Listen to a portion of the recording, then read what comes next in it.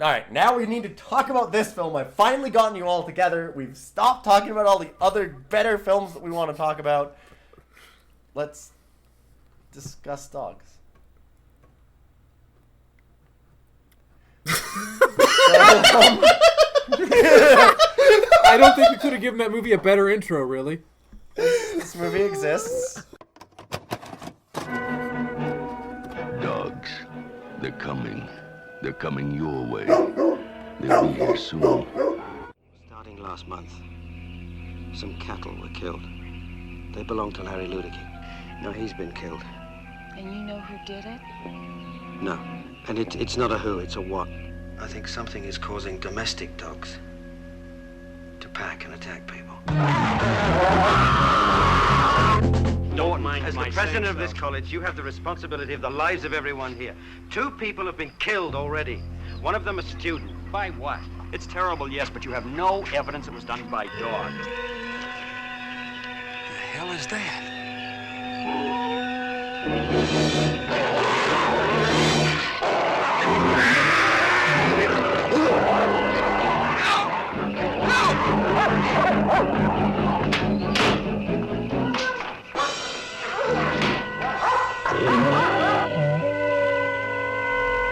What's that noise? Let's get out of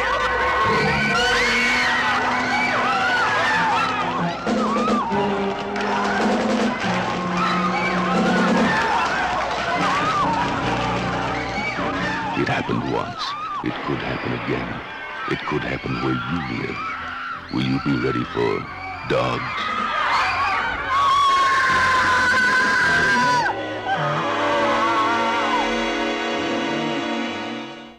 It has, as you said, as you put it, we have special guest Urchin here again. As you put it, though, I liked it as Dr. Murder Spree or whatever you said. Dr. Friendly Fire. Dr. Friendly Dr. Fire, Friendly that's what it Fire, was. yeah.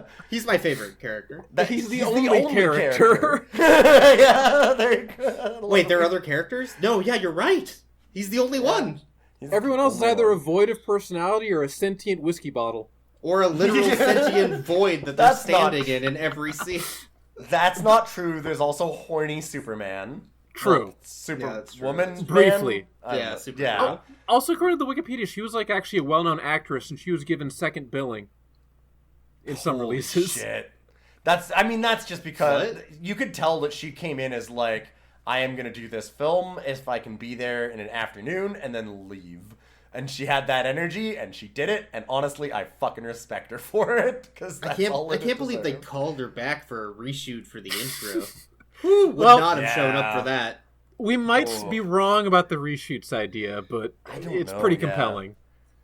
Well, the reason we thought it was... Well, let's just start and we can get into it, because we're just kind of going around here. Before we talk about it, I'm Boyks. We have Ilyon. As we mentioned, we have EvilUrchin here as well, guesting. This movie is called Dogs, which is about as unoriginal of a film title as they could have came up with for... But it has the best fucking trailer of all time. It's where I use all of the, like, dogs, they're coming your way, are you ready? It's got an incredible trailer. It's crazy how that trailer is literally every scene that the dogs show up to. There's literally an intro to the dogs coming. Every fucking scene they're in. There's like, what was that? Dogs. What? They're coming. Yeah. They're coming to get you. Ah! Trailers are supposed to show the best, most interesting parts of a film, generally, right? Yeah, and they didn't even show the doctor doing the friendly fire. No! I knew where you were going with that. That is actually the most compelling moment of this It film. really is, that. like, It really is. It was actually 100%. a good scene. We'll get to that. We'll get to that. So, the movie Dogs is essentially like a standard schlocky, like, 50s, 60s animal horror movie. Like, But made in Jaws the came out the 70s. year before. We need to do the same thing, but we need a different animal. What do we do? Pooches. No, that's dumb. Dogs. Like, that's their thought process. So, we start off at the whitest party in the known to man. And most 70s. In the year exactly the decade of the 1970s. Yes, yeah. It is every single scene of this is dripping the 70s. Like, they start by zooming in on a calendar, showing that it's 1970, and then zoom out and have, like, every single thing that's happened in the 70s up to that point. Like, Yes! Everything is covered in a thin layer of aspic. Oh my god. It's really incredible. Everybody's wearing like the flowery kind of like silk shirts with blazers, and every guy has aviators and a little bit of a beard. It's incredible. They're on a plantation in Georgia, and we're introduced A plantation in Georgia, California. Georgia-fornia. Oh, well, actually, no, you forget what the film actually opens with, which is a man petting the camera. Oh yeah, man petting the camera. God. In first person, as the camera runs around the scene eating delicious treats. And also, I like to point out, you can see his hand, like, not touching anything. Like, he doesn't actually, the hand doesn't go out of frame. It's still in frame, making petting motions. Yeah, it's real bad. It's not good. Every good movie needs to start at a white person pool party. In a rich mansion. In the 70s. Yeah, I was about to say, in the 70s, it's, like, in bold, like, capitals.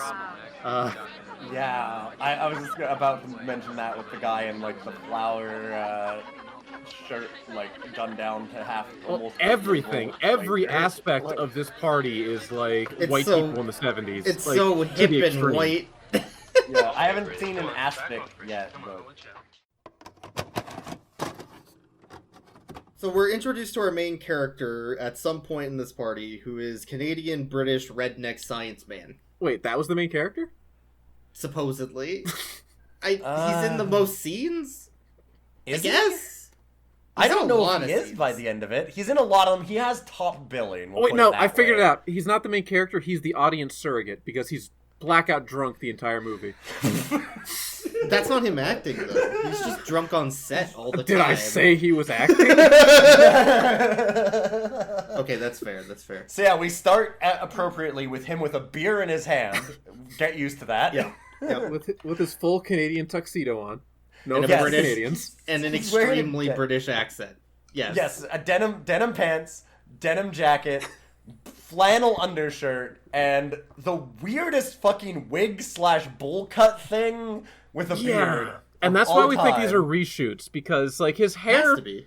His hair looks so fake in this and a few other scenes. It looks like reasonable in others, but it doesn't make sense for any of these to be reshoots.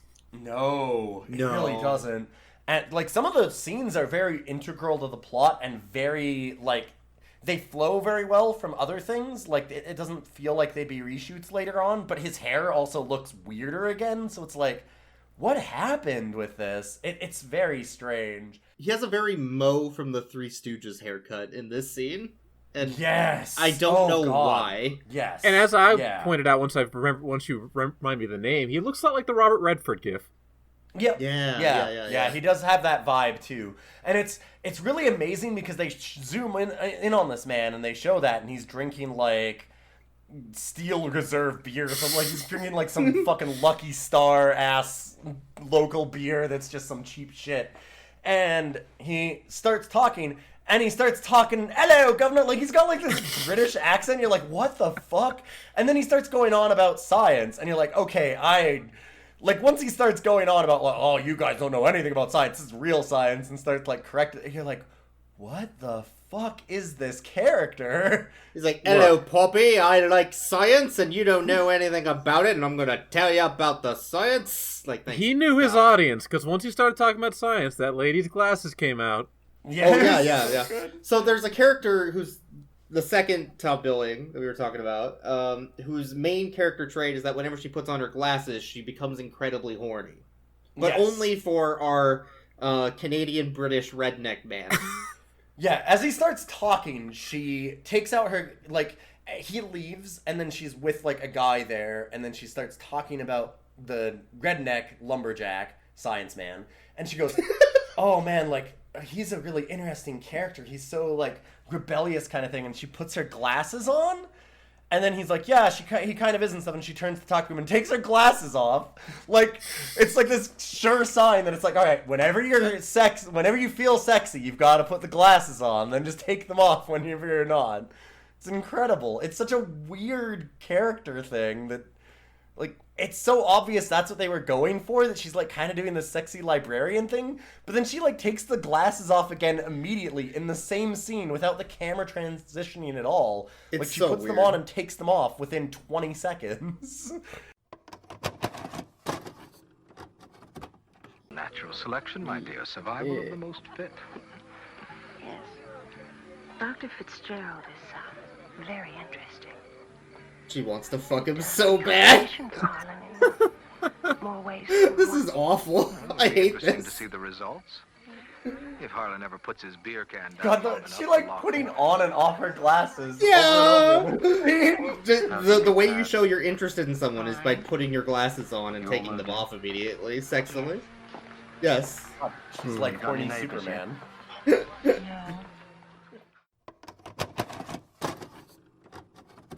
Like, was that a direction or a choice she made? It's impossible to say. I don't think she made any choices besides that she was not going to be on set for more than an hour. Like, Yeah. she made a deal that, like, all right, I am, from the time I'm putting on a timer, by the time that I get out of my trailer to the time that I'm back in my trailer, it has to be an hour. And if it's more than that, I'm leaving forever. That kind of felt like the decision that she made, and everything else was something they told her to do. I guess the other choice that she made, which commend her for, is that she refused to get naked for this film, and that was good. Thankfully. We'll come back to that as well, because that was a baffling sequence too. But I'm sure that was her. I'm sure she was like, I ain't doing that. And they were like, okay, we'll try and work around it. And yeah. And they worked around it in the worst way they could. But this sequence does introduce the other most extremely important character in the film, which is the endless void of space. Yes. Oh my god.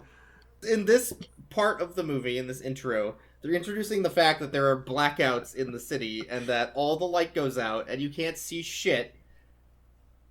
And that's actually an important plot point because that is, if not the main character, at least the side character of the film. Because it happens so fucking often. So, but hold up. You say that it's plot related. Yeah, I was about to... No, I don't there's know no that plot. it's plot related. I think that it's related to the fact that they're like, oh man, shit, we can't fucking film this movie. Everything's so dark. How do we cover for our incredible incompetence in lighting these actors? We have blackouts. There's blackouts all the time. I don't think they were thinking that far ahead, and this leads into my reshoot theory. Yes, I think that's they what I shot mean. Yeah, everything, it looked like shit, and they're like, oh, we need to explain this. The first scene, if there is a reshoot at all in this movie, the first scene is definitely a reshoot. Like, yes. That is, this scene for sure feels very, very, very heavy of reshoot. Like, the only... Go ahead.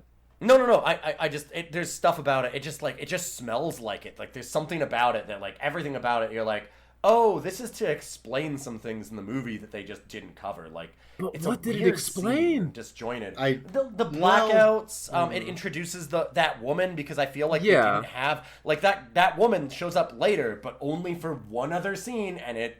Even with the context of the opening thing, it still makes no sense that she's... No, it makes no sense at all. But, like, I felt like they're trying to give, like, a little bit more context to her being in the film at all. Like, that kind of thing. I don't know. It's...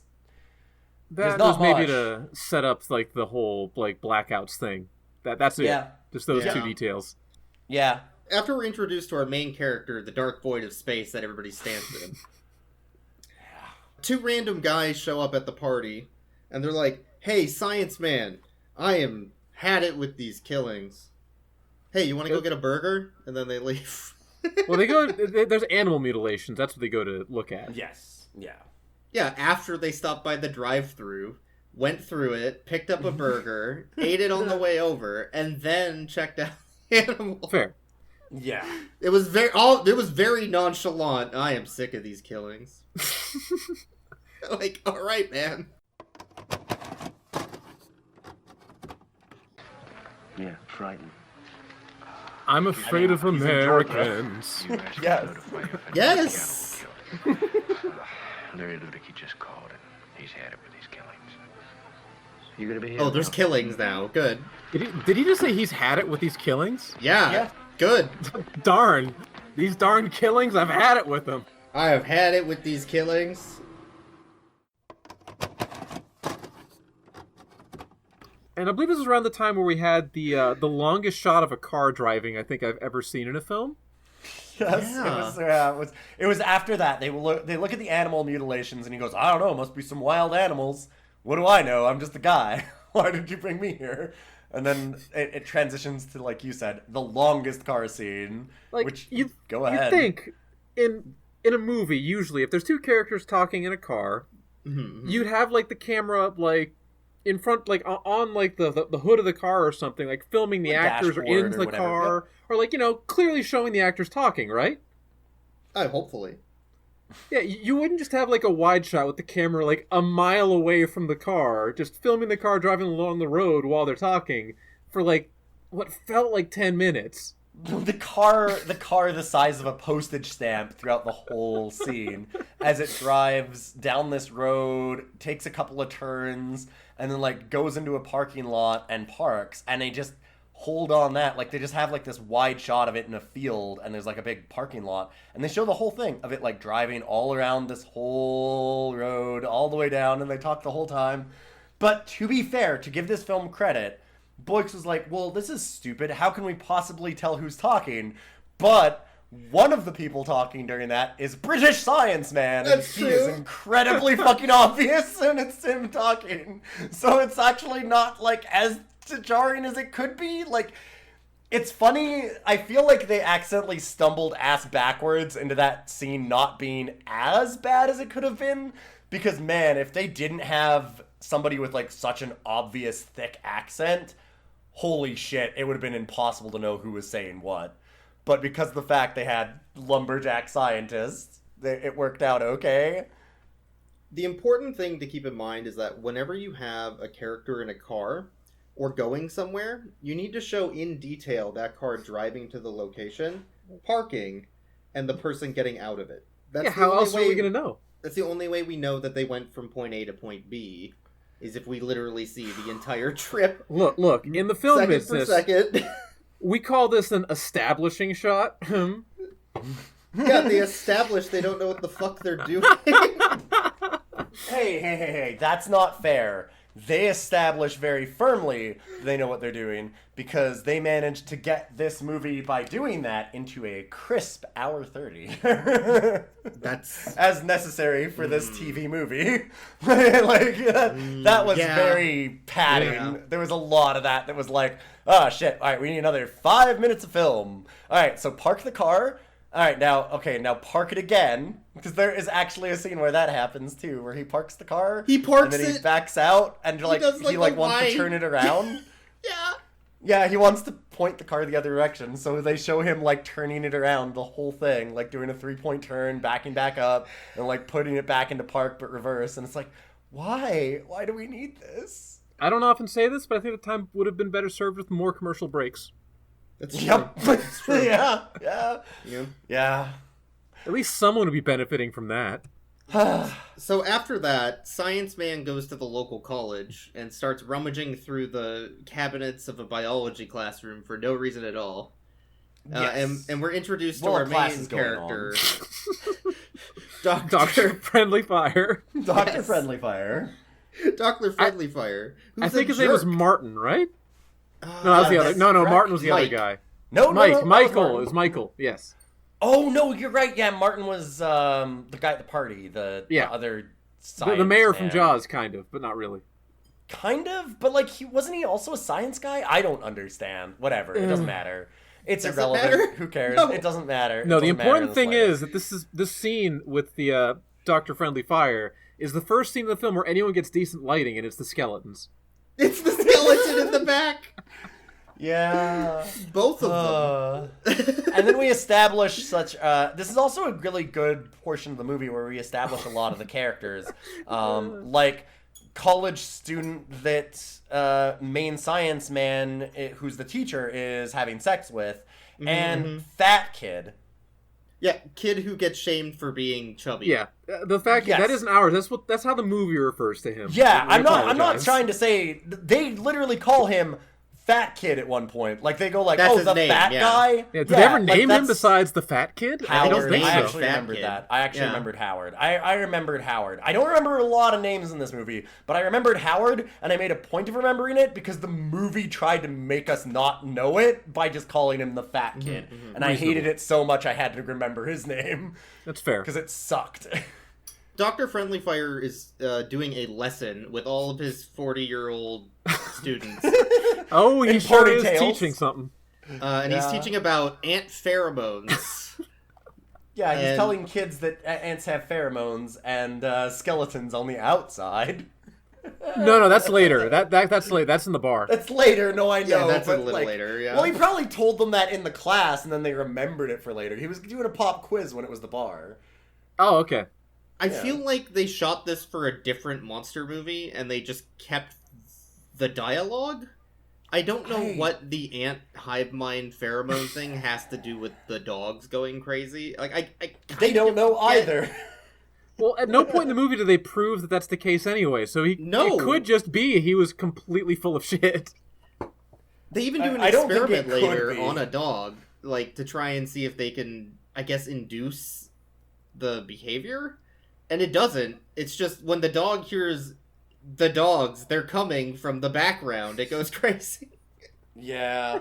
Anyway, so the setup of this is that ants, as they gather in larger groups, because of their pheromones, they start thinking kind of like a hive mind, and they gain intelligence. They become smarter and more aggressive. Dun dun dun. And so obviously this can happen in dogs?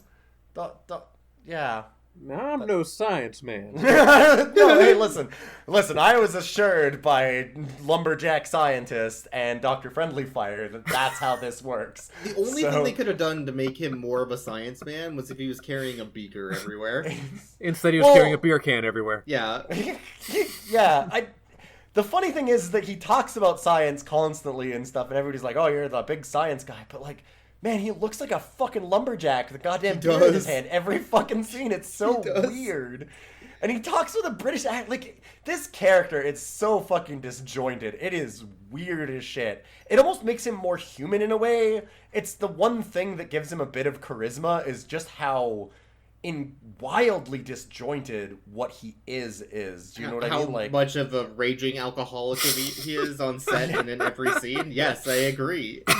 it's his only character trait, and they give it to him for That's sure. not even a character trait. That's the actor on set being a raging alcoholic. I mean, They just that's a let him character go. trait. You know, if they wanted to cast a raging alcoholic, why didn't they just get Cameron Mitchell for this movie? That's what I Yeah, was going to right? say. Why is Cameron Mitchell not the one in this? He would have shot all of his scenes from like his office at home, and it would have been fine. You wouldn't have noticed. Would have been way better. In any case, so scientist man, the two scientist men then start talking about the dog maulings and stuff like that, and I don't know, they kind of have like a big discussion. Honestly, did any of you pay attention to the next 20 minutes of film? Because I feel Yes. like I went did right over me. a little bit. It was, but like this is a really hard movie to watch at the start. It gets better, but I felt like the start of it, it's not the most boring film we've ever watched, but it is a lot of just people talking in very vaguely and stupid scientific quote-unquote terms that just make your eyes kind of glaze I don't know. over. The movie had my attention when it was dog ants. Yeah, dog Yeah, ants. that Yeah. part, that specific scene I paid a lot of attention to, but there's a lot of like them just kind of sitting around talking after this that's kind of just boring as shit. The other problem with the boring shit is that we never know where they're at. We don't know what time of day it is, and scenes change the time of day within sometimes the same scene. Yeah, kind of in the minute of it. Yeah, It doesn't make they obviously any are just sense. reshooting it. They go to the bar after this, though, right? Actually, Yes. now that I remember, Well, Yeah, sort bars of. after that. After the ant pheromone lecture, technically a cattle rancher dies, which is in the Right. dark and you can't see anything. Yeah, So, sure. You described the- most of the film. Congratulations. after the cattle rancher dies, we go into a bar, which is not lit, and you can't see anything. a common theme of this film. You can just stop saying that. There's nothing that's lit in this film. It's not the darkest movie I've ever seen, but it's close. Well, there's a couple scenes that are lit. There's that one scene where they had a overhead light, which looked terrible. And then there's the other scene where they had the sun in a man's eyes and he was squinting the whole time because he couldn't see. Yes. There's one other time to bring up, like, the film being completely dark, and that's when I believe I was talking about, like, how the film can't possibly be this dark. Oh, in the morgue. Yeah. You were like, oh my god, I'm so glad at least this scene's lit, and then it immediately went, not to, like, slight dark, but to entire pitch darkness. The moment after I said it.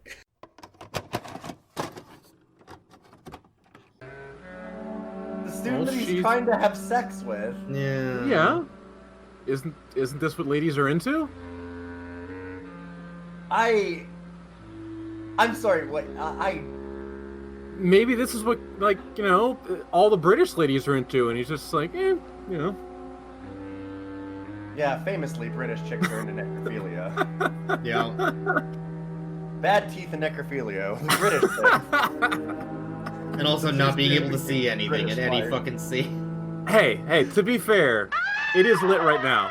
Nope. Well, be right on. Well, I had to open my big fat... What? Hold on. What? Did the power go out, or what was that? It was fucking amazing timing. You got some Boyksian timing on that one. It was real good. So good. We were talking about the movie being real dark. So they're in the morgue. They're checking out the body of the cattle... Yeah, the cattle rancher, actually. Yeah. Yeah, because it's right after the bar scene. We should go to the bar scene first.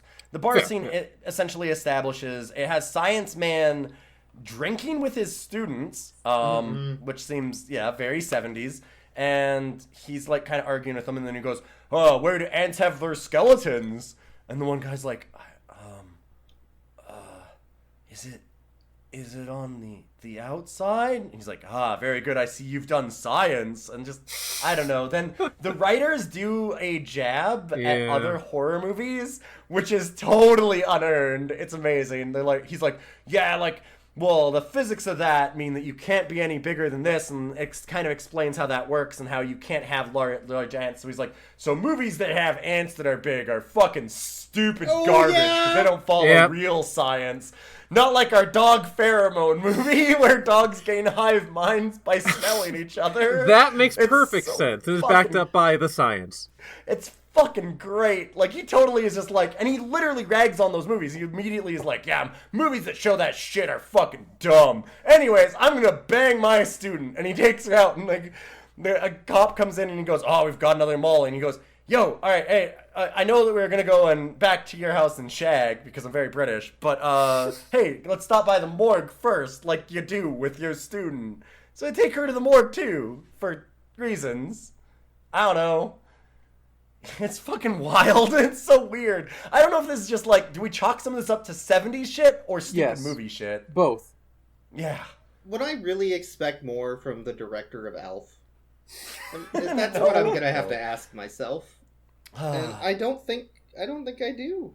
No. I don't expect anything from a man named Bert Brinkerhoff. So they go to the morgue, and there's the mutilated cattle rancher, and Scientist Man is like examining him, kind of thing, like looking at the bites. And the girl in the background is like looking really sick because, hey, they're in a fucking morgue. Why did you take her here? Next to a mutilated corpse, mind you. Yeah, with like a mutilated, exactly. And then the lights go out, as Urchin was saying that this scene is finally lit. The first scene that actually has lights in the movie. It hurt me. Yeah, they. Oh wait, they also had. Oh my god, who wants to explain the scene leading into this? I had forgotten about this.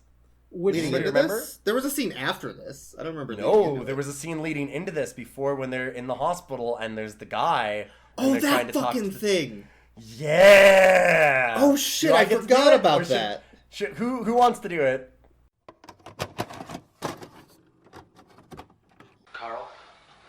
Carl, can you hear me? Who the fuck is this? What? Do you remember what it was you took? Was it acid? What? 50 milligrams. Injection would scare you to death. Had the reefer. Carl? Hold on, is this the scientist? No, You know I who don't I am. know. Carl. It kind of looks like him if you... I know it's jarring. What is happening?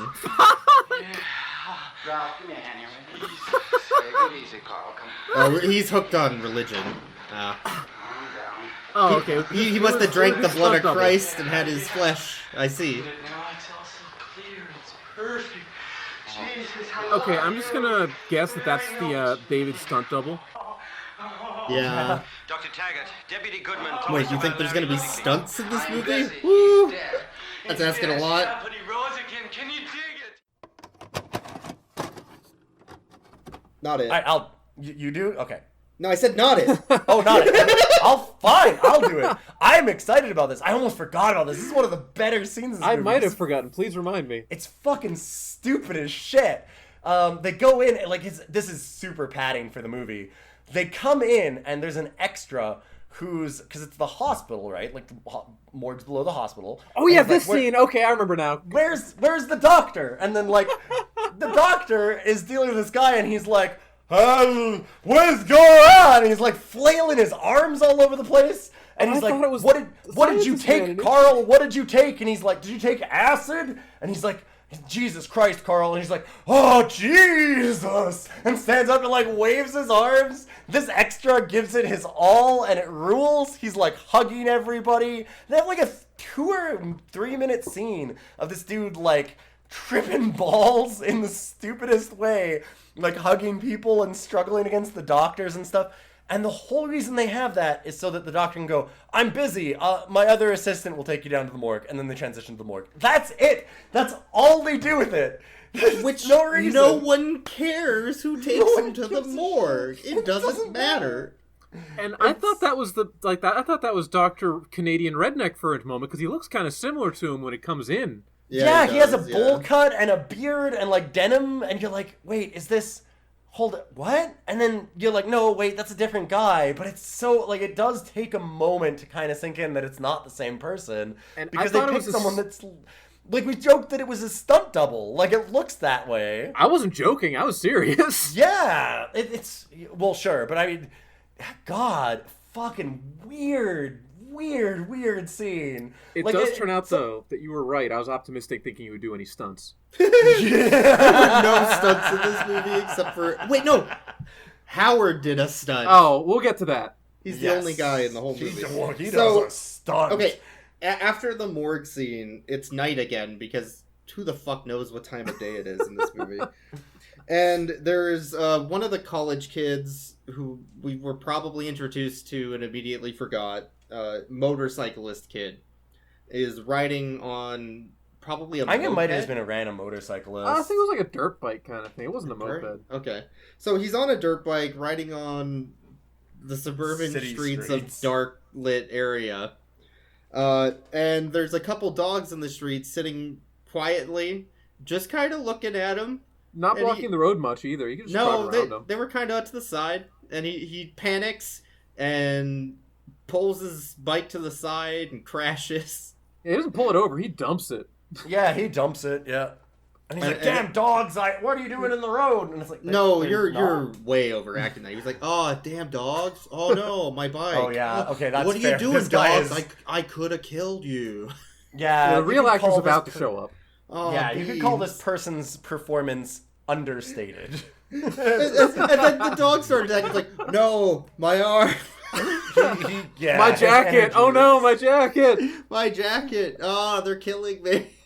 I mean, you can tell why this movie is so dark in this scene, because even with how incredibly dark this scene is, when the dogs grab him and he's going, "Oh, I'm being mauled," he's holding his arm up, and it's like, it's very visibly much larger than his other arm. Like, there's the obvious, like, bite prop that they have, like, to protect his arm underneath the jacket, and it's pretty obvious even this dark. They're trying to just kind of cover for how slapdash their special effects and stuff are, though. And then the actual best actor in the film shows up, which is 70s grandma. Yes. Second, second best actor. That's true. One That's of the true. two. There's two. at the time, she was the best actors because we didn't realize that other guy was the best actor yet. That's true. Yeah, Dr. Friendly Fire redeems himself quite a bit later in this movie. So 70s grandma walks out of her house and is like, "Hey dog, stop killing that guy." And her own dog runs out of the house to join in the murder. Yeah, and Joy said, Yes. "Hey, my own dog also stopped killing that guy." And then she gets closer. It's like, "Oh no, they're killing that guy." And now they're killing me. Oh my god.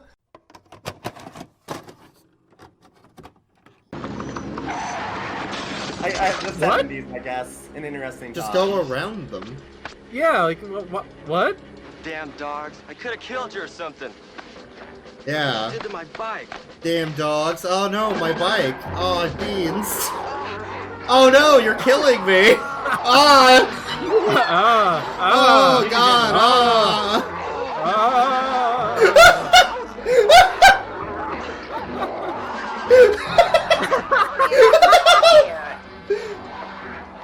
Dog, stop killing that man. Oh, that's not nice. Well, more specifically, killing that man's jacket.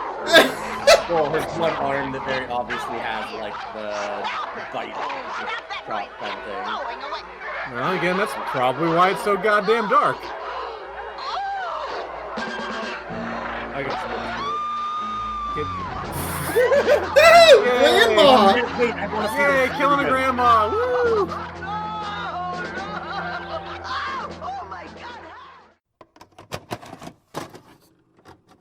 But she then actually it got like sells it. actually serious. Like, oh shit, that She lady's sells probably it. She actually does a possessed. really good job. She screams. Her screams and stuff sound actual real, but it's really funny because they transition from her going like, "Oh my god," and doing all this like crazy screaming, doing a fantastic job of selling it, and then they cut back to Motorcycle Guy and he's like, because he's still alive, and he goes, "No, stop attacking me." No, So you have no, like these don't do two that. different energy levels in the same scene, and it works very well. Yep. And then she kind of gets dragged stiff-legged off, and he slowly collapses to the pavement because his arm got mauled so bad that he dies. I guess. Yeah. It's kind of how everyone dies in this movie. Everyone dies in very, very mundane maulings that are like one tiny bite from like a poodle. And like, I'm not talking about like a giant poodle, because poodles comes in a bunch of sizes. We're talking about like teacup chihuahuas and stuff are involved in the maulings. It's kind of amazing. But I'm not wrong. Normally when they do dog movies with maulings, one of the things I really wanted to talk about this. I mean, I guess I'll wait until a little bit later because it becomes really apparent during the dog show. So I'll leave it for then. The but dog I kind of show's coming up, but yeah, it's coming before up. the dog show, the next day / also night, because I don't know what is there time in this movie? Is there time? Does time move in this film? The coroner calls our Canadian British redneck man to tell him, "Hey, we found another body of a motorcyclist who's also a student at that college, and I don't know what he died from. Probably a motorcycle accident." Did or they ever something." mention the grandma? No. Nope. Nope. No. I mean, she got dragged off. Maybe they don't know that she's dead. Well, that doesn't. Yeah, dogs dragging off a bloody corpse doesn't leave a trail or anything. No, of course not. But yeah, no, obviously he died in a motorbike accident, as you can tell by all of the massive teeth marks throughout his entire body. Yep. So good. That's Ground known for having says. He's like, jaws, yes, true. There's this guy that Could be died. anything. Yeah, there's this guy that died from a motorcycle accident. It's weird. Do you want to come and check it out? Which is great because I wanted to say this from the last morgue scene, because he goes back to the house with the girl as well, and she's like, "Oh, I'm willing to give you my everything." And he's like, "Everything?" And she's like, "Yeah." And he's like, "You don't have booze," and he goes home. Like, that's basically it. But also, she's like, "Why did you take me to the morgue? Like, why were you there?" And he's like, "I was curious," which is, that feels like not a reason that they let people into morgues to do police investigations, but what do I fucking know? And that's kind of why the coroner calls him on this one, I guess, because they're just like, "Yeah, this guy died in a motorbike accident. You want to check out the cool corpse he left?" And it's like, "Yeah, dude, let's go check it out." Anything in this film can be justified by the idea that at one point a character describes estrogen as a pheromone. That's true. No, not anyone. Not anyone. That's Dr. Friendly Fire does that. The guy that's the scientist, the literal biologist teacher, is like, hey, what if they're spraying estrogen on each other and that's what's getting them excited? And it's like, What? even I love that the other guy even calls him on it. He's like, that's not a pheromone. Like, he even says that. What are He's you even like, talking wait, about? that's What? not a pheromone. He's like, no, they're what else would you call it? And we were like, a hormone, you Yeah, idiots. come on. Like, He literally says, what else would you call it? Like, could be anything, I don't know. yeah. Fucking hormone, So you dumbass. after the worst coroner ever, we finally have the dog show. Yes. Do you want to talk about that, Kim? Well, I want to talk about it just because of the fact that it brings up the thing about the dogs, and that, like, so it's a bunch of little kids, and when I say little kids, it's like 6 to 8 year olds kind of thing, holding dogs, and they're doing a little, like, local community dog show, and normally in a dog movie like this, if you think of, like, Cujo, right? Like, as that movie goes along, that dog gets more and more fucked up. Or when we watched Man's Best Friend, that dog, like, we even noted it in that movie when we did that review. Watch our previous episodes. But when we watched that movie, there's a point in the movie where the dog gets, like, horribly injured, and so then it's all disfigured, and we're like, okay, now it's gonna go on the rampage. Because, like, yeah, now it looks fucking scary. It's covered in blood, like, big growling dog. And you also got, like, a big dog, like a big scary dog, like a big Saint Bernard, or like a Rottweiler, like Greta in The Cutest Satan Dog of All Time. In one of our early episodes. God, I can't remember the name of the movie right now. Anyways, but, like, that was a Rottweiler, right? Like, they pick dogs that people identify as scary. Rottweilers, pit bulls, German shepherds, dogs that can do you harm. This movie picks, like, miniature schnauzers, cocker spaniels, like wiener dogs. Like, what the fuck Shepherd is dogs, happening? yeah. Like, they do show, there's a lot of German shepherds for some of the actual maulings later, but, like, in a lot of the scenes where people are being chased, they show a lot of, like, really tiny little well-groomed, like, dogs that look like they should be in a dog show. Like, They CGI'd Tim Allen in as the Shaggy dog. Yeah. yeah, but, like, there's, like, really shaggy, fluffy, like, nice-looking, small toy dogs in this fucking movie. And it's just the weirdest thing, because it's already really, really hard. Like, Urchin was saying this beforehand, that it was going to have the problem of Night of the Lepus, like another dog movie, where That's a rabbit movie. It's a rabbit movie. Oh, rabbit movie, sorry.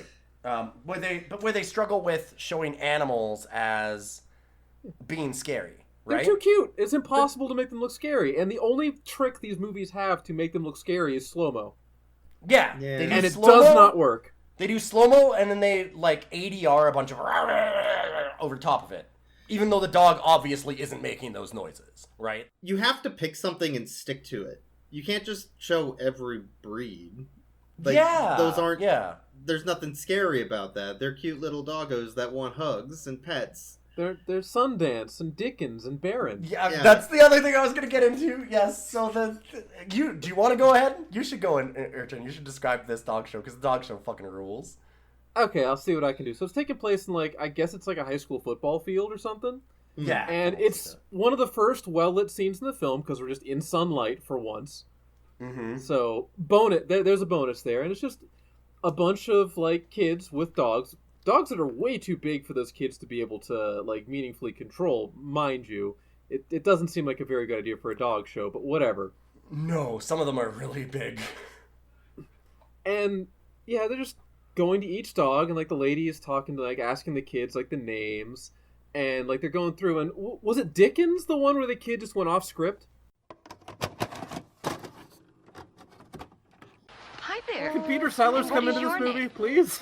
Hey, we need to do notes on which the best dog is, though. Hold up. Oh, yeah, good point. There's a lot of good dogs. Sundance.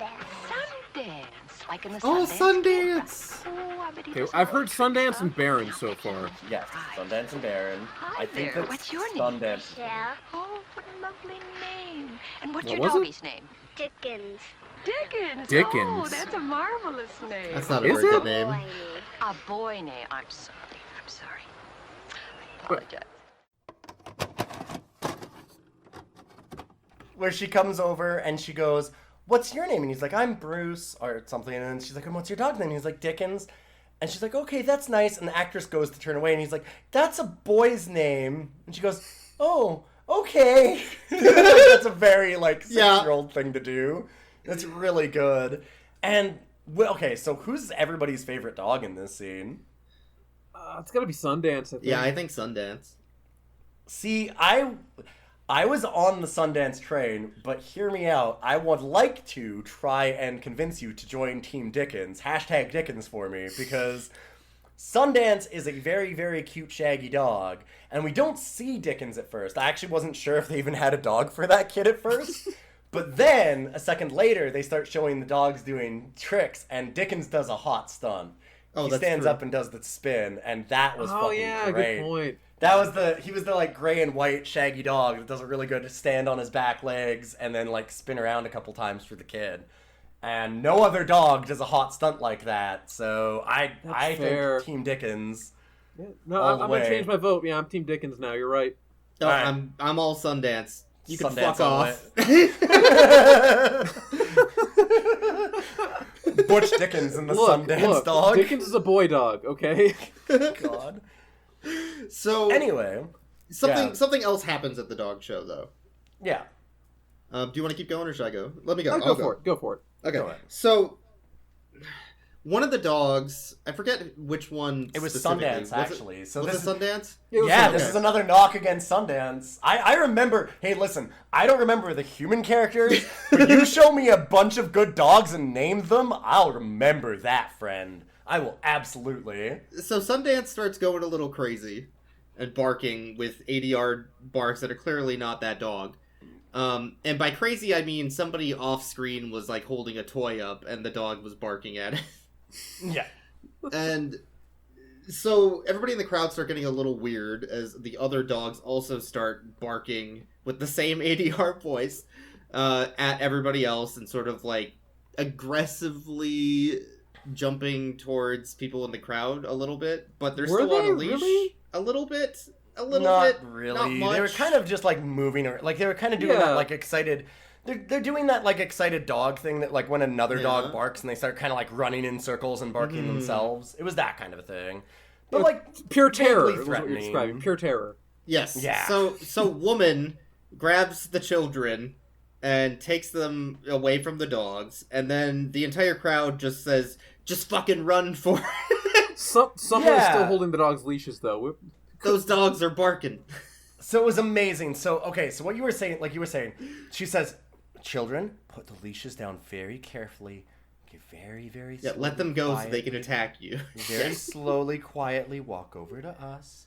And they do it really slowly and quietly, and all the dogs sit there really nice. And like you were saying, they showed images of the dogs at that point, and they're obviously very much on leashes still. Like the leashes are still taut, even though the kids have walked away. But then she's like, "Okay, now that you're here, fucking run! Jesus fucking Christ, go! Oh my God, go!" And it's like, yeah, okay, now the dogs are fucking chasing these people because yes, that's what dogs do when you do that. Weirdly enough, you can't just incite like their predator instincts that way and like their play instincts and bolt and scream and expect the dogs not to chase you. There's one thing I want to make really clear to the audience right now who did not watch this movie. None of these people have heard anything about dog attacks. No. Any of them. Exactly. None of them. Yeah. No, there's no lead up to this in the slightest. It fucking rules. It's just like, why are they acting like... These are just dogs that started vaguely snarling and everybody just fucking flips and it rules. It's such a stupid scene. They like trampling each other. Like they very literally show people getting trampled a couple times in these chase scenes. It's true. And it's so trampling's good. a little bit later. I don't think anyone gets trampled in this one. I'm pretty sure somebody did. There's definitely a lot of people like tripping over themselves and things like that too, for sure. Like it is a panic. It's not just like a run. It is a panic. Like, which is totally unjustified. Like a couple of nice little dogs and like one or two big ones that vaguely even if they bark. were killer dogs, like this entire crowd of people doesn't all need to panic. No, not at all. It's amazing.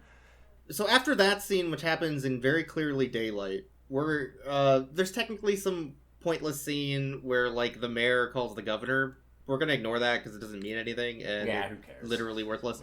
So after that scene, it's now pitch black night again, and our group of village people, which is the sheriff, a construction worker, the coach, and a bunch of cowboys, are in the middle of nowhere, dark, no lighting except for a couple flashlights near some rock, camping out, eating beans with guns in their hands, watching out for dogs, drinking Fortifier. Fortifier, definitely not whiskey or whatever.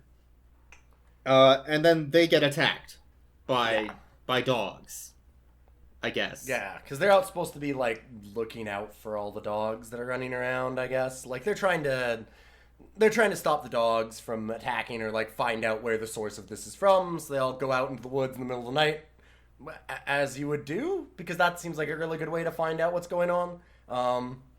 And then when they hear the dog siren... The dog siren! Is this the first dog siren we hear? I think it is. Nope. It's the first we noticed.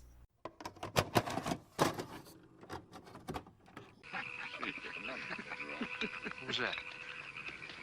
Was what? Dogs. They're coming. They're coming.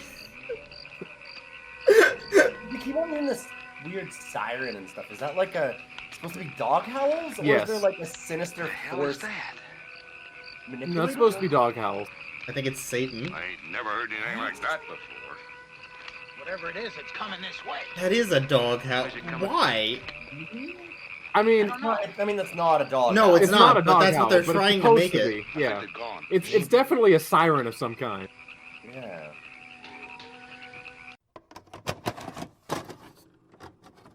Every time the dogs go wild, they have that. It's gonna Every turn time. out it was When just some kid with like a Walkman or somebody with a boombox standing in the background, just playing a there's sound.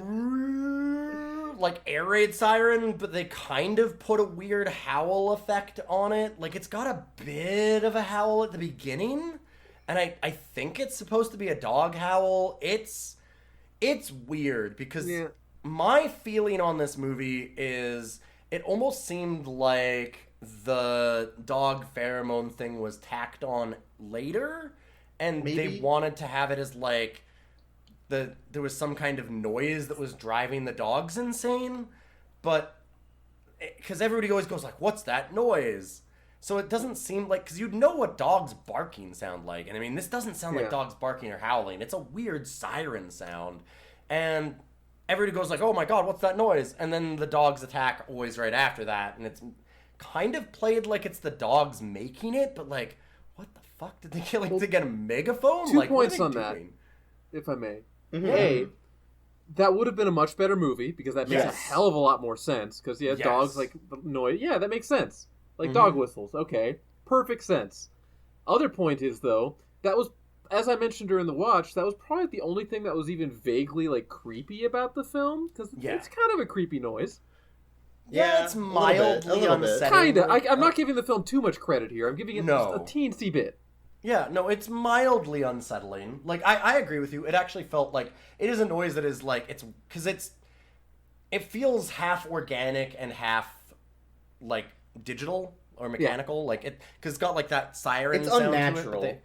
But they also do like a very, like I said, like it kind of has, I don't know exactly what they did to it, but it kind of has like a at the beginning that sounds kind of howlish at the beginning of whenever they do that sound, and it holds for a really, really, really long time. Like it just goes like this, like steady tone eventually, which that's always just kind of an unnerving noise to hear. Like it just, whenever you hear a steady tone like that, because that's such an unnatural, and like we equate it with like air raid sirens and things like that, that it is always an unsettling sound. So it was a decent sound. It's not amazing, but it's something. If they lean into it, it could have been something, but no, if they'd dog actually gone estrogen, with sure, it. why not? Sure. Anyways, The dogs they get take out mauled. the village people. Yes. Yeah. Except for Oh my the God. sheriff, who shoots one of them, crawls to his car, which we thought would make him a character, but they just did that to pad the movie, and he dies anyway. Yeah, he dies immediately in there. Yeah, they do this big Yeah. scene of him like crawling away as he's bloodied and he's getting into his car, and you're like, and then he picks up his radio, And then he collapses and dies, and they forget about him entirely. And it's like, They oh, could have fuck, at least stop had a padding dog in the this. car there to kill him or Like, something. in the back seat. Something, yeah. It could have been the like, raptor in the car from Jurassic Park scene. Something. That would have been great. If they'd have done something like that, it would have been much better, but they're not good enough. Dilophosaurus, sorry. But yeah, he just falls asleep. It's like, yes. I'm gonna take a nap. Yeah, he had a very messy burger, so he's covered in ketchup, and then he just naps. Oh yeah, that could be it. Yeah. So Yeah. after that night scene, we move on to the Schrodinger's nudity scene. Oh my god, yes. That happened before the dog gassing? It did. Okay. Did it? So- It's they're around the same time. No, something dog like that. gassing happened because my think dog dog gassing gassing note is happened before my Yeah. Oh, my okay. napkin bra Happens note. first. There's a lot of Schrodinger stuff in this, because they literally make Schrodinger's dog. Yeah, I guess so. Okay, redneck Canadian British man, science And guy, Dr. Friendly Fire. and Dr. Friendly Fire are at the college, I think, outside. Yeah. And they have an oxygen tank, which they're claiming is full of dog estrogen gas. Oh no, didn't they say it was like some other like didn't they say that they were trying to like overcome like the dog pheromones or whatever? I think they said it was a different gas. Maybe they I don't take know, a but, like- dog, put it in a cage. Either Which way, is- it doesn't make sense, because No. on the one No, hand, absolutely not. how would they get dog pheromones if they're doing that, and why would they want to make it wild? And then the other thing, on the other hand, the side opposite that is like you said, because they did mention, they're like, oh well, maybe we can like deploy a gas to override it. This dog is calm. Yeah. So what would it fucking prove to spray it down with a bunch of gas in an enclosed container besides, oh look, we killed a dog by fucking like gassing it. You're saying container. Yeah. It was a wooden box with plastic wrap around it. Yeah. That is not a container. But they make Schrodinger's experiment here, right? So they hook up like a poison gas to a box, cover it up, and seal it, and then they're like, all right, let's see if this dog is actually dead or alive. Oh wait, we'll never know until we collapse the waveform and open up the box. Luckily, the dog collapses the waveform for us. Yes, the dog does for us. He kind of like falls asleep while they're doing this experiment. See, like I think that these scenes happen simultaneously because I think that they're back and that forth, part of it, yeah. and then they go to the nudity scene, or they go to another scene for sure. Anyways, in between here, and then but eventually the dog breaks out. Essentially, like they hear the dog siren, the dog goes wild and rips down the bars, even though there's very obviously no bars when it rips out of this cage. When you say it rips out, it casually walks out of the No, cage. yeah, it just leaves. Yes. And then they show the broken bars, which is like, wow, that is a strong dog. And then, like, just like almost like a Terminator 2, like, liquid metal thing to it. It's kind of They don't incredible. comment on it at all. No, not it even just a little happens. bit. Yeah, it just happened. They're like, man, that dog going wild. And it's like, but it like broke steel bar. Like, what the fuck did it do? Like, it's like the bars are broken. Like, it rips this thing apart supposedly, and it's. Yeah, my like, theory was that it was a pre-broken cage, and that's why he actually was putting the plastic over it. Yeah. Maybe? God. Oh, I mean, it certainly was in actuality. In the movie, it doesn't make any sense. So, Look, Schrodinger's nudity scene, though. Yeah. Let's get to that. That is an important They scene. needed to pad the movie even further, and they wanted to show some skin. So, they got a super woman who turns horny whenever she puts on her glasses. Horn-rimmed glasses lady. Yes. She's at home, and she starts undressing. We were not sure if they were gonna show skin. I was dead certain they wouldn't. Because I it was pretty certain they so wouldn't. I figured shot bra. like they would, though. Yes. I figured bra and try and make it titillating, because the thing is, as context, is this is a TV movie. If we didn't know it was a TV movie, it would have been much harder to know. But knowing that it was a TV movie, it made it... There was no way they were going to get full skin. So they kept padding it out by having her walk back and forth in the bedroom, doing nothing, and then slowly removing one button, and then moving back and forth, and then another one, and then this, and then that. They do like a quick shot of like her shoulders, but you can clearly see the thing that's like holding her boobs in, so they don't show anything. Well, she's got like napkins taped something to her weird. breasts. Yeah, she's got like... Go ahead. I was about to say, because you were initially saying, oh, so we're going to see up here, but you didn't see the bra because there's no straps on. It's like, oh, she's clearly wearing a bra. But then it was how we were both wrong. Yeah. Like, it wasn't a bra at all. It was just that the camera operator had it too low, and I guess when they were, like, editing it, they're like, whatever. Keep it in, it's fine. Yes. Yeah, exactly. That's what they did. Yeah, and I was saying at this time, congratulations to this lady. Because fuck yeah, don't get naked for this movie. This movie sucks. And she was way too good to get naked for it. So like, not I said, even off camera should she get naked. No. Yeah. No, exactly. Well, I mean, because that's let's be honest, that's normally why they put it in. The director's like, hey, I can be a director. Okay, so how much nudity can we put in this scene so that I can film it? Like, that feels like it's a thing that happens a lot. It was slightly tasteful in that the only thing they showed was a shower curtain over as she was laying on the ground. And it was like a clear one, but they covered the part where her butt was. So yeah, they covered her up, so she was probably wearing some... I imagine she was wearing some clothing underneath that, honestly. It looked like she would have been. Yeah. So, so she was second top billing. That's her only two scenes in this film. Yeah. She shows up at the party for 5 seconds to be real horny over Scientist Man so that we know that he's sexy because holy shit, he ain't sexy. And then she does this, like, scene with the guy that she was with where she's like, I'm not gonna fuck you, goes inside, showers, and then dies. So after that death, which was completely pointless and doesn't mean anything, we're moved to our characters, Canadian-British redneck science man and Dr. Friendly Fire are in the sheriff's station / they go to the police station. College office they made look like a station. Yeah. And some cop just comes falling out of the closet, which... that raises a lot of fucking questions about how that dog killed that guy. Really? Was he there before? Yeah, that's a good point. I never thought of that when it happened. I don't know why. He's in the locked closet, dead. How did that happen? And then... So the cops have been taken out. So it's up to our two scientists to unlock the guns and take them with us, which leads us to the Dr. Friendly Fire scene. Urchin, I bless you with this scene. Yes, so they leave the police station. Is it like right outside? They go to the mayor's house. I don't quite remember. Yeah, I don't know. I don't know if they drive there or not. It doesn't really matter. No. So there he is, struggling with the dog, as you do. And so Dr. Redneck Canadian Scientist Man and Dr. Friendly Fire come up. And Canadian Scientist Man's like, yeah, Dr. Friendly Fire, who, by the way, we did forget one detail. When they were in the police station... Like, and he handed Dr. Friendly Fire the gun.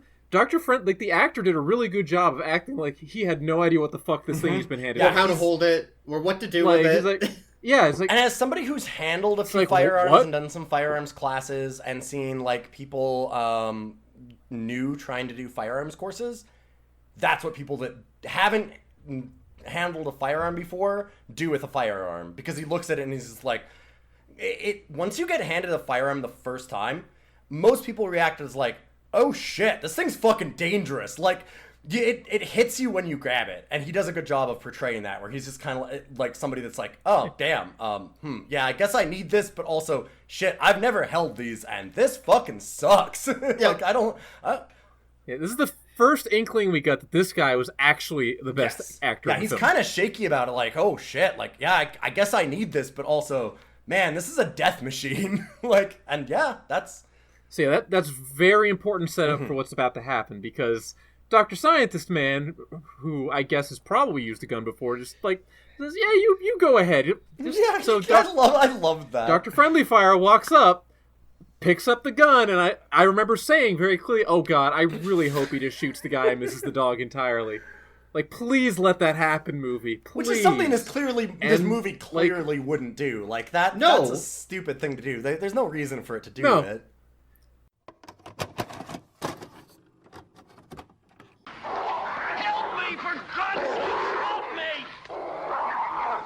Shoot the guy, please. Please miss. Letting the guy who's never held a gun before be the one to fire. Yeah, I don't know how to hold this shit. He missed! Yes! What you did? Yes! Yes! Oh. And then, like, a bright, shining light from the heavens that should probably have been used to light some of the other scenes in this movie. He just shoots the mayor right in the goddamn chest. Just fucking kills the guy. The dog died. And the dog falls over initially for a couple of seconds. Like, did he get them both? And the dog just, like, jumps up and runs away. Yeah. It's actually really good comedic timing. Yeah, and he's like, oh shit, I fucking killed him. And it's like, yeah, you did. You fucking shot him good. And he sells that shit. Like, he looks devastated. It's actually done. I would have really liked to have seen them use this. It sucks that it was... Yeah, it would have been great, wouldn't it? Like, it's such a great scene and done so well, and it does such a good setup for his character. Like, I'm making fun of it, but this is actually a heavy scene, and it does a really good job of, like, making it feel very real, because this is somebody who's... It doesn't belong in this movie, like, at all. This movie is so unrealistic and so poorly acted, and then suddenly this guy fucking swoops in like an angel, kills the mayor, and, like, has this huge existential crisis where he's, like, in the house and his hands are shaking. He's like I killed him. Like, what are we supposed to do? Like, I don't know what to do, man. Like, people are dying. And, like, and he really fucking sells it. Like, he looks scared, and, like, that's a realistic thing that you can think about. Like, when you get into these situations, you don't turn into fucking Rambo, right? Like, this is a guy who's never shot a gun before. So, of course, he's gonna miss the dog while he's struggling with a guy on the ground. Like, that scene made perfect sense. I mean, other than lumberjack scientist deciding to just kind of be like, nah, man, you got this. Yeah, you got this, As bro. the other guy's, like, shaking, raising his gun, and it's like, what the fuck are you doing? You take the shot, you dumbass. But besides that... If only there was a way I could have prevented this. But I got my beer, though. How can I put two hands on this gun while I'm holding a beer? So our two scientists split up. Dr. Friendly Fire goes back to the college to try and save the college kids of his class. And our hero question mark Canadian British redneck science man goes to get the college student that he's banging to make sure she's safe. Yep. I guess that's what happens. Yeah. And then it's kind of back and forth between the two for a bit. Yeah. So I guess, should we start with the stuff that happens at the college girl's house? Sure, because that stuff is uninteresting. Yes, that's less The other interesting. stuff is good. Yeah. Glad we had the both same reaction. So he goes into her house. The first thing he thinks is, hey, do you have something I can drink? My beer just ran out and I really need something. Yep. Oh, and also, are you okay? He does have his priorities straight, though. He knows what movies he's in. Listen, I said that I respected that woman for not getting naked for this film. I respect David McCallum for not realizing this film was shit and just being plastered for every scene. I don't think he was even acting. He was just like, hey, do you have something? No, that's what I mean. I Like, need something for this scene. If you're going to be in this movie, I need some if you're fortifier, gonna be in please. this movie, like, at least let them feed you booze the whole time and just have fun with it. So yeah, he sits there and gets crunk, and then locks all the windows and stuff in the house and the doors, and starts having a conversation with her, explaining that all the dogs are going crazy and they're killing everybody. And as he's having the conversation, we see a dog jump in through a window on the second floor. It should be noted she's also been holding a dog this entire time. Holding a tiny cute... That has a really cute little puppy. I'm sorry, I have to do that and noise. why did that dog at any point never, like, suddenly latch onto her? Nothing. Like, that's what I was waiting for. It never happened. They needed to have that cheesy shit of, like, this tiny little dog mauling the hell out of her, but they never... Here's the answer. That would have required a little bit of special effects, because that is a small dog, and they didn't have dog any would budget not for have special bit her. effects. And also, that would have been interesting and funny and weird, and this movie does not have that in it.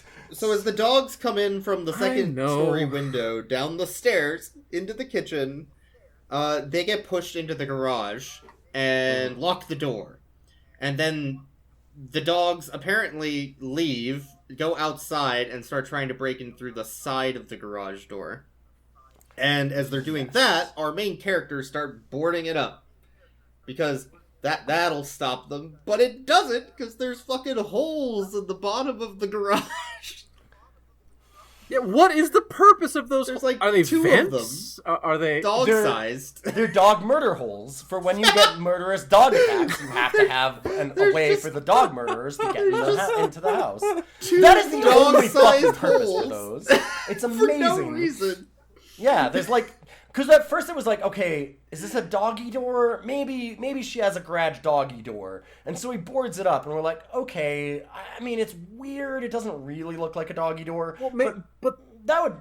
Also, there's no doggy door in like the door from the garage into the house. But it's like, okay, maybe Yeah. that makes sense. Maybe you have two doggy doors. But then as he boards up that one, they go, oh There's god, and another there's a one. second fucking door, like 5 feet down, like little doggy door thing, and it's like, okay, what the fuck are these things? It's amazing. And then he starts kicking at the dogs, so of course they maul his leg, because dumbass, they're biting, you can't... Well, they maul the part of his leg that never went into the hole. My flesh leg. Why did I put my flesh leg next to this murder dog? That's really good. They get inside of a car that's parked in the garage, and they hold out there for the night. That's their scene. We'll get back to them later. Mm-hmm. That's their Night of the Living Dead side of it. That's their Night of the Living Dead. Yeah, we saw that movie, and we can also do that scene. Yeah. So let's go back to Professor Friendly Fire, Dr. Friendly Fire. The real movie. The real movie. So he's Good. now at the college and has grouped like 40 college kids into one room to tell them what's going on. Does somebody want to describe kind of what's happening here? Sure. I mean, like, he's just kind of... There's shirtless kid and party girl that's dancing at the top of the stairs. Yeah, that was... Why is that guy shirtless? Dancing at the top Why? Of the stairs? I think that they were just trying to go for, like, these are college kids that aren't taking it seriously, because that kind of comes up later. And he's like, guys, like, no, this is real. Like, stay inside here. Don't go anywhere. We're gonna board up. We need to call the police. Call somebody else. Wait for morning. For now, we need to just be very careful. And he's kind of explaining all of it. And then they go, "Where's the fat kid?"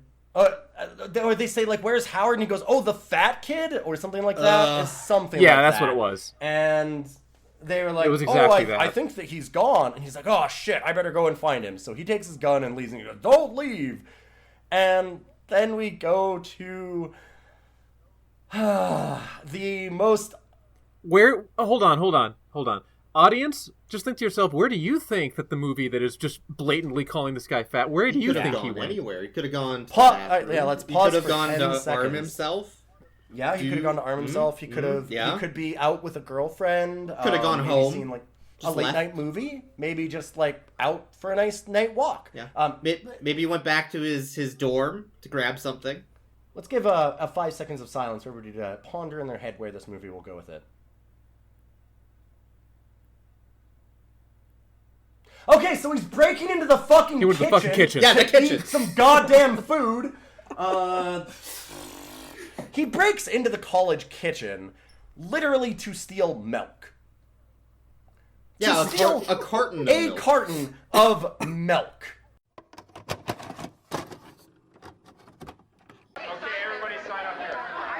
I mean, murder implies intent. Manslaughter, at least. I can't find my roommate. Your roommate? Who's your roommate? Howard Kaplan. Howard. Fat boy, you mean? Yeah, he was hungry. Really? I think he went to the Commons. It's a scholarship job. He's got keys. All right, I'll go get him. You wait here. Make sure no one leaves the Well, they gave that guy one character trait, I guess, and that's how they're going to refer to him. Yeah. I mean, we also had said that, oh god, is he like sneaking in to eat food or Probably. something? Yep, this looks like a kitchen to me. Just breaking into the freezer. I'm really hoping Jack Nicholson or a Velociraptor's in there right now. Damn. Or Why? maybe a Velociraptor with Jack Nicholson's face. What is the... I don't... He wanted some milk. Sure. Grown boy needs some milk for the bones. This is a really stupid scene. Yeah. I mean, honestly, I was expecting to come out with, like, you know... Oh, okay. Steak, candy. Yeah, I guess maybe that's cookies or something? Yeah, Oh I think that... Or? What? Muffins? I don't... It's Schrodinger's breakfast. Sticking with the whole gun thing, huh? That's maybe he has a hangover and he's still drunk or something. Maybe it's the milk from A Clockwork Orange. What? Where? How? Where? Oh man, he's gonna have a party with all these good puppos. What are you guys doing there?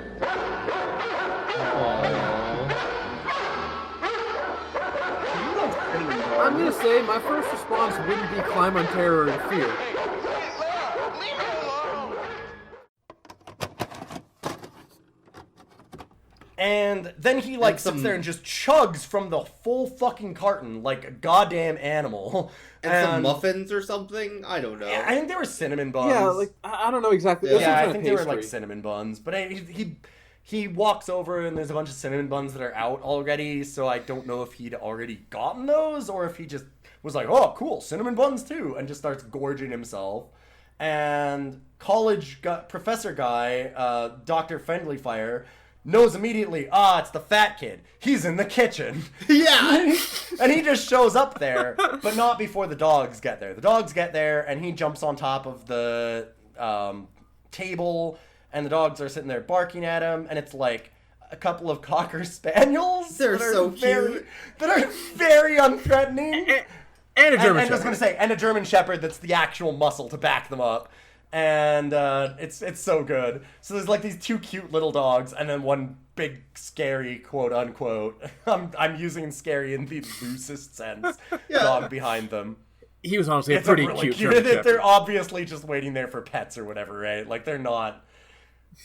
They're incredibly well, and that actually comes up because then the Dr. Friendly Fire goes, throw them your food. So the kid starts throwing food to them, and then the German Shepherd doesn't get distracted though because he's the muscle, and so he has to try and shoot the dog, but he hasn't reloaded the gun.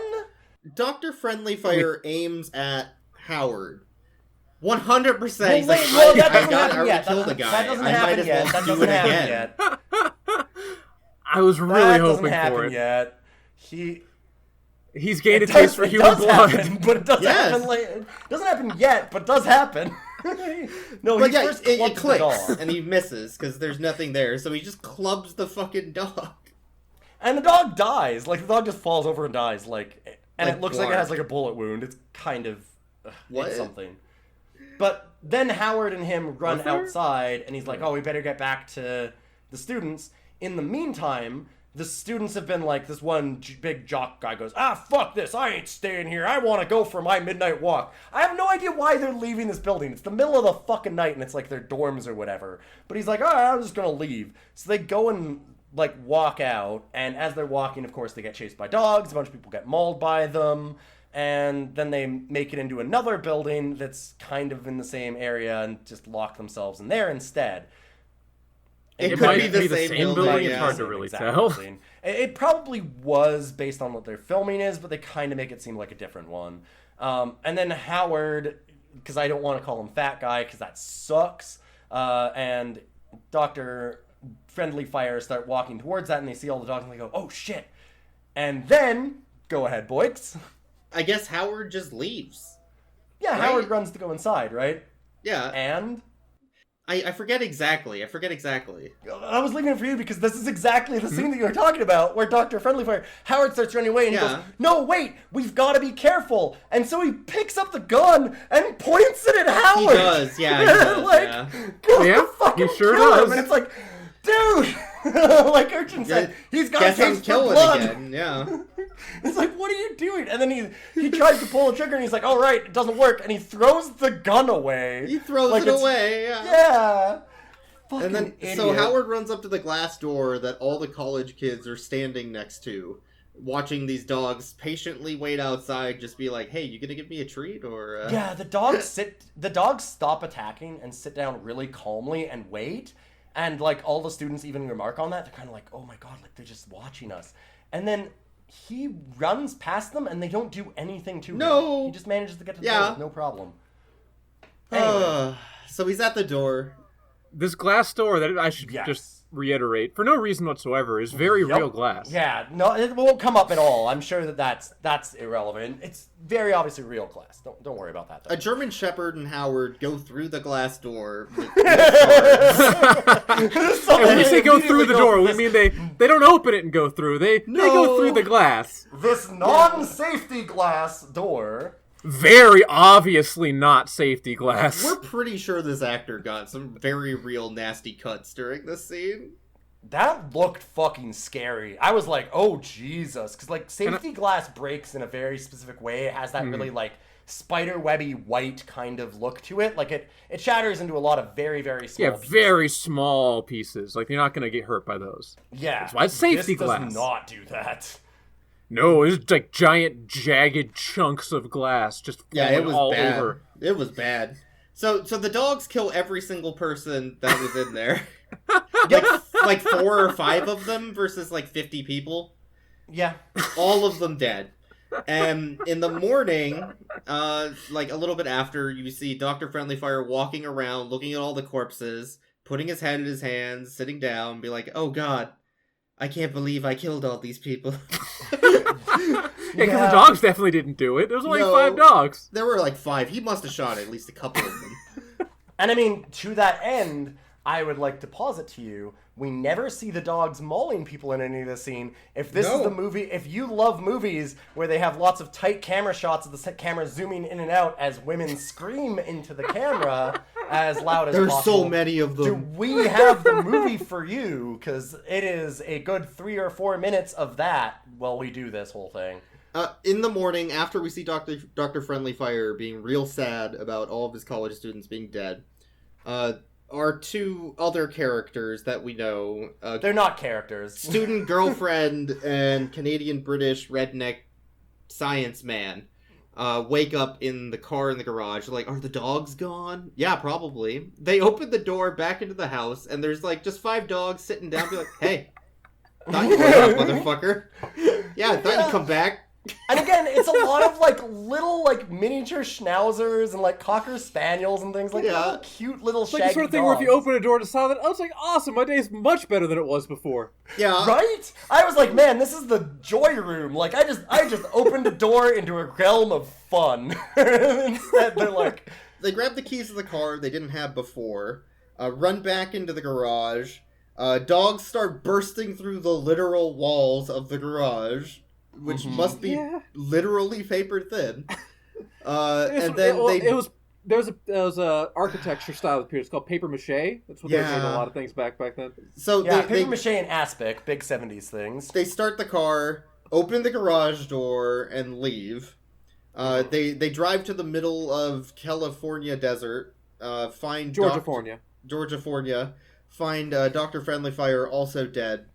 For somehow off screen he died in the middle of this field that is nowhere near where he was when we last saw him. Yeah, I don't know. I don't know. There was a cop car there too. Who knows? Maybe he stole the cop car and then just died in a car accident randomly for no reason. No, he couldn't. Yeah. He couldn't live with himself once he realized the monster he'd become. so they drive off into the sunset, essentially, listening to the radio saying, oh, by the way, there's a bunch of people dying in California. If you have a pet, don't do anything about it.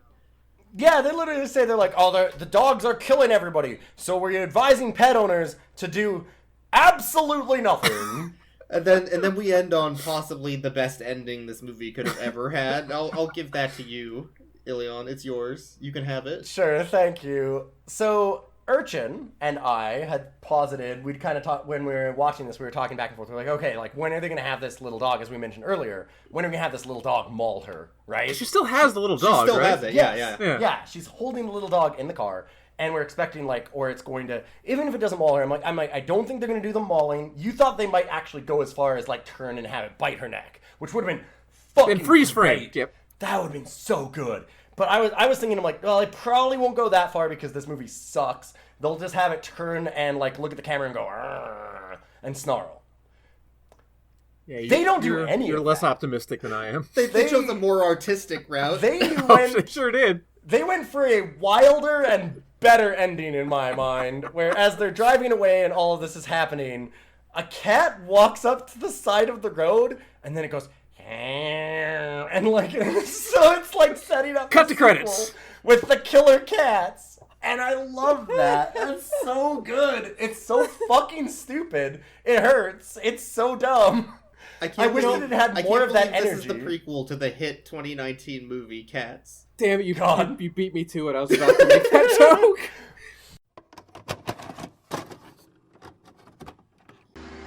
This is just an apocalypse movie, and it ends. Yes. I mean, this feels very like you said. This is the end. This can't be the end. Yep. They didn't. Oh, the cats are going violent now too. What? What? What? What? What? Yeah. Meow. Well, I guess that means you have to watch The Uninvited next. Why did it end with meow?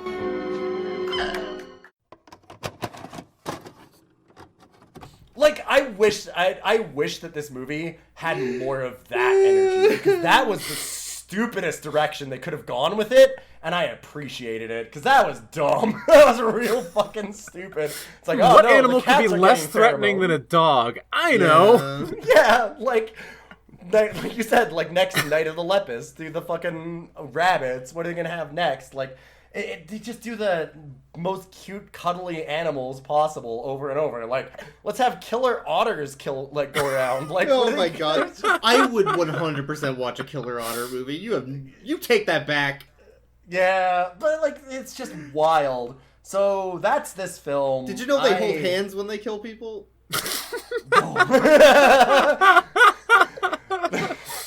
They hold hands to stop from floating away. Well, when it's so cute. Sea otters are terrifying to me, since the main diet of a sea otter is sea urchins. You know, I'm directly threatened. No, God, yeah, you're in the food chain, urchin. Oh no. Oh no, that was dogs. That was dogs. It has. Watch the trailer. I actually might just put the trailer up on our Twitter. At Rough Cuts Cast. You can always find out a bunch of little extra things that we put up from the movies there. Boyks does a lot of work to put up a bunch of gifts, and I always do very little work and put up like one of the 3 gifts that you send me. I'm sorry. Yeah. I'll try and do more of them. I try and use a couple, but it's hard to always keep up with it. But yeah, so like we always get a couple of gifts and things from movies to show some cool scenes and stuff, and I will put up the full trailer because, man, the trailer is awesome. The movie is what you would expect from that trailer. Unfortunately, if you know bad movies. Although, I don't remember if I said this before recording or during recording. Like they usually include all the best scenes in the film except the actual best scene in the film. Mm-hmm. Mm-hmm. Yeah, the actual shooting of the guy, which ruled. We should talk about the dogs a little bit. We have to rate those good boys. That's true, we do. Yes, I was gonna say we kind of already did though. Hashtag Team Dickens. We need an we actual didn't give them rating. a scale though. Yeah. Yeah, we didn't. Okay. We gave them good praise. That is not a rating, my friend. Sure. I mean, Dr. Friendly Fire count as a good boy? Yeah, probably. Does Dr. Friendly Fire? He's kind of like a lost puppy throughout most of this movie. I mean, the dude doesn't know the difference between pheromones and hormones. No, so he does not. Yeah, and now he basically also a doesn't puppy. know the difference between right and wrong.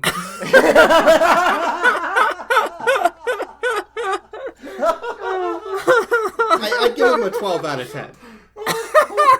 Okay, I am off Team Dickens and I'm on Team Dr. Friendly Fire. Yep, there we go. Yeah, I'm there. I didn't realize it, but I think I was always on Team Dr. Friendly Fire. I never realized it until now, but yeah. For the random amalgam of whatever dogs are in this movie, I would give them an 11 out of 10. They're slightly below. What kind of a dog is Dr. Friendly Fire, though? I think that he's just is he just a mutt? Is Dr. Friendly Fire a mutt? I'm gonna give him, yeah. He's definitely a mutt. Yeah, his hair is kind of unkempt. Yeah. All right. So we got hair. He had hair. He had some that was combed over the top. He had a little bit of it. Good stuff. So, but it's Dickens' good thing second this place, movie though. was very scientific, unlike those stupid fucking giant ant movies, you goddamn heathens. True. Thanks for listening, everybody. Thanks for checking out the podcast. This month has been absolutely wild for the podcast for us, and we super appreciate it. So yeah, if we've you're- had way more Yeah, go ahead. downloads than any other month. It's been incredible. So thank you very much for that. Thank you, Urchin, for being here for this episode. Yeah, No what are you problem. up to, Urchin? Plug What your am I stuff. up to? What do you got? Or anything you want to plug? Currently I'm getting back into streaming more now that I'm getting better, schedule available. So just find me over at EvilUrchin162 on Twitch, and I'm usually doing like Legends of Runeterra, and I'll be doing some other things too in the near future. Kick-ass. All right, so yeah, you can always send in movie suggestions and any like stuff that you have if you want to ask us questions or comment on some of the movies that we've done. If you watched Yatterman, for example, and want to tell us how fucking right we are about how cool that movie is, you can send it to roughcutscast@gmail.com, which is and it's ruffcutscast@gmail.com. And have a wonderful week. Try and stay safe out there, everybody. Because dogs, They're coming. It could happen where you live. Will you be ready for dogs?